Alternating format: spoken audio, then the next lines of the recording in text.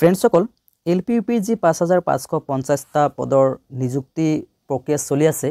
আসলতে এইটো এটা বহুত দীঘলীয়া প্ৰচেছত চলি আছে কিয়নো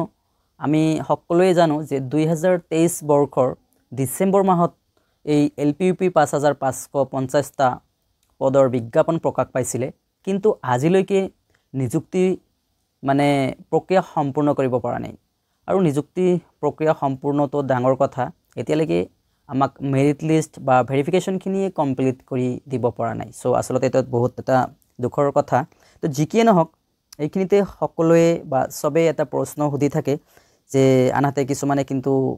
কোৱা যেন লাগে যে আসলতে আজিকালি অসম চৰকাৰে ২০২৫ বৰ্ষৰ যি মে মাহ আছে তাত নিযুক্তি পত্ৰ দিয়া হ'ব এলপিইউপি এই কথাখিনি নকোৱা যেন হৈছে বা এনেকুৱা লাগিছে যেন নিদিয়ে নেকি আৰু আপোনালোকৰ এই প্ৰশ্নৰ উত্তৰটো মই ভিডিঅ'টোৰ যোগেদি দিবলৈ চেষ্টা কৰিম আনহাতে ৪৫০০ পদৰ নিযুক্তি পত্ৰ কেতিয়া দিব সো বহুতেই প্ৰশ্ন সুধি থাকে সো ফ্ৰেণ্ডসকল আসলতে ৫৫৫০টা পদৰ নিযুক্তি পত্ৰ আপোনালোকে সিএম ছাৰে কোৱা মতে 10 মেত পাবলৈ সক্ষম হ'ব আৰু আমাৰ সিএম ছাৰেও শেহতীয়াভাৱে এটা মিডিয়া যোগে জনাই দিছে সো আপোনালোকক মই ভিডিও ক্লিপছটো শুনাই দিম আনহাতে কিছুদিন আগতে এটা ভিডিও আমি আপোনালোকলৈ প্ৰস্তুত কৰিছিলোঁ আৰু তেতিয়া মই কৈছিলোঁ যে আপোনালোকে ইমান হতাশগ্ৰস্ত হ'ব নালাগে বা টেনচন কৰিব নালাগে আপোনালোকে নিশ্চয়কৈ মে মাহত এপইণ্টমেণ্ট পাবলৈ সক্ষম হ'ব কিয়নো আমি জানিব পৰা মতে ২০২৫ বৰ্ষৰ মেত এপইণ্টমেণ্ট হোৱাকে কাম কাজ চলি আছে সো ইয়াত কোনো ধৰণৰ আপোনালোকে সন্দেহ বা ডিমত বা নেগেটিভ মনোভাৱ হ'ব নালাগে ওয়েট কৰক নিশ্চয়কৈ আপোনালোকে ২০২৫ বৰ্ষৰ মে মাহত নিযুক্তি পত্ৰ লাভ কৰিবলৈ সক্ষম হ'ব আনহাতে ৪৫০০ পদৰ নিযুক্তি পত্ৰ কেতিয়া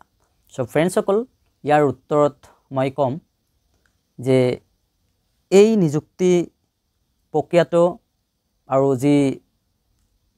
৫৫৫০টা পোষ্ট আছে দুটা সেপাৰেট সো সেপাৰেটকে দিছে আৰু সেপাৰেটকে এপইণ্টমেণ্ট দিব বুলি আমি জানিব পাৰিছোঁ হয়তো আপোনালোকে ২০২৫ বৰ্ষৰ শেষ ভাগত এপইণ্টমেণ্ট লাভ কৰিব পাৰে সো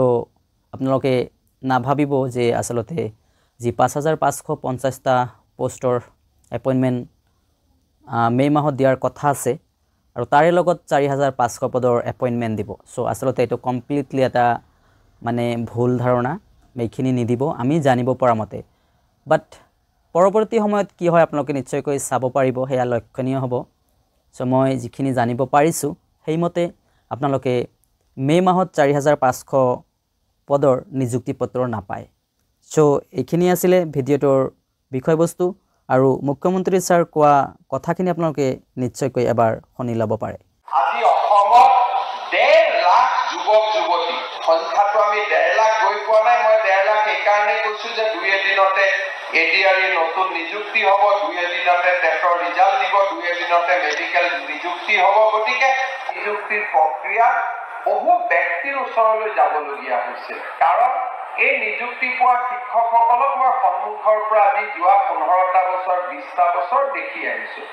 আজি অসমত ১.৫ লাখ যুৱক যুৱতী সংখ্যাটো আমি ১.৫ লাখ গৈ পোৱা নাই মই ১.৫ লাখ এইকাৰণে কৈছোঁ যে দুই এদিনতে এডিআৰই নতুন নিযুক্তি হ'ব দুই এদিনতে টেটৰ ৰিজাল্ট দিব দুই এদিনতে মেডিকেল নিযুক্তি হ'ব গতিকে নিযুক্তিৰ প্ৰক্ৰিয়াত বহু ব্যক্তিৰ ওচৰলৈ যাবলগীয়া হৈছিল